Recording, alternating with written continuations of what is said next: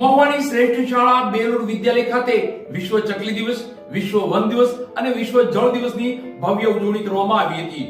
તો શાળાના શિક્ષકગણ દ્વારા આ તમામ દિવસોની વિસ્તૃત જાણકારી પણ આપવામાં આવી હતી।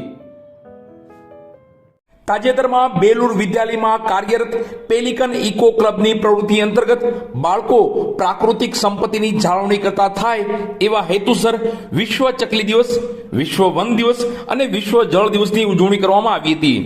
જેમાં વિશ્વ ચકલી દિવસના દિવસે લુપ્ત થતી ચકલીને બચાવવા આપણે શું કરવું જોઈએ અને આપણે શું ન કરવું જોઈએ વગેરે બાબતો પર વાત કરવામાં આવી હતી।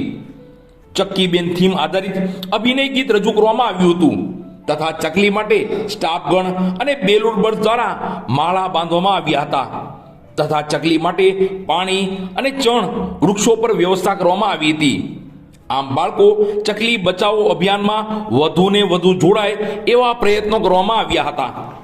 સાથોસાથ વિશ્વ વન દિવસ અને વિશ્વ જળ દિવસની ઉજવણી કરવામાં આવી હતી અને એ અંતર્ગત પૃથ્વી પર પીવાલાયક પાણી અને વપરાશમાં ઉપયોગમાં લઈ શકાય એવા પાણીનો જથ્થો મર્યાદિત છે, જ્યારે ઉપયોગ અમર્યાદિત બનતો જાય છે ત્યારે પાણીની જરૂરિયાત મુજબ વપરાશ કરી પાણીનો વ્યય કઈ રીતે અટકાવી શકાય એ અંતર્ગત વિશેષ વાત કરવામાં આવી હતી। વન અને જળ બચાવ અભિયાન અંતર્ગત નાટક રજૂ કરવામાં આવ્યું હતું। સ્ટાફગણ અને બેલુર બર્ડ દ્વારા પ્રાસંગિક પ્રવચન આપવામાં આવ્યું હતું અને ચકલી, વન અને જળ બચાવવા બેલુર બર્ડ્સ દરેક ગ્રીન કમાન્ડો બની કાર્ય કરે અને આજુબાજુના નાગરિકોને પણ પ્રેરણા પૂરી પાડે એવું આહવાન કરવામાં આવ્યું હતું। સાથોસાથ બેલુર બર્ડ્સના હસ્તે અને સ્ટાફગણના હસ્તે વૃક્ષારોપણ કરવામાં આવ્યું હતું અને વનભોજનનું આયોજન કરવામાં આવ્યું હતું તેમજ વિવિધ થીમ પર રંગપૂર્ણી અને ચિત્ર સ્પર્ધાનું આયોજન કરવામાં આવ્યું હતું। આ દિને ખાસ સ્ટાફગણ અને બેલુર બર્ડ્સ દ્વારા વૃક્ષો પર ખિસકોલી માટે મકાઈ મૂકવામાં આવી હતી। પક્ષીઓ માટે પાણીના બાઉલ મૂકવામાં આવ્યા હતા। આમ આ દિવસને વિશેષ બનાવવામાં આવ્યો હતો।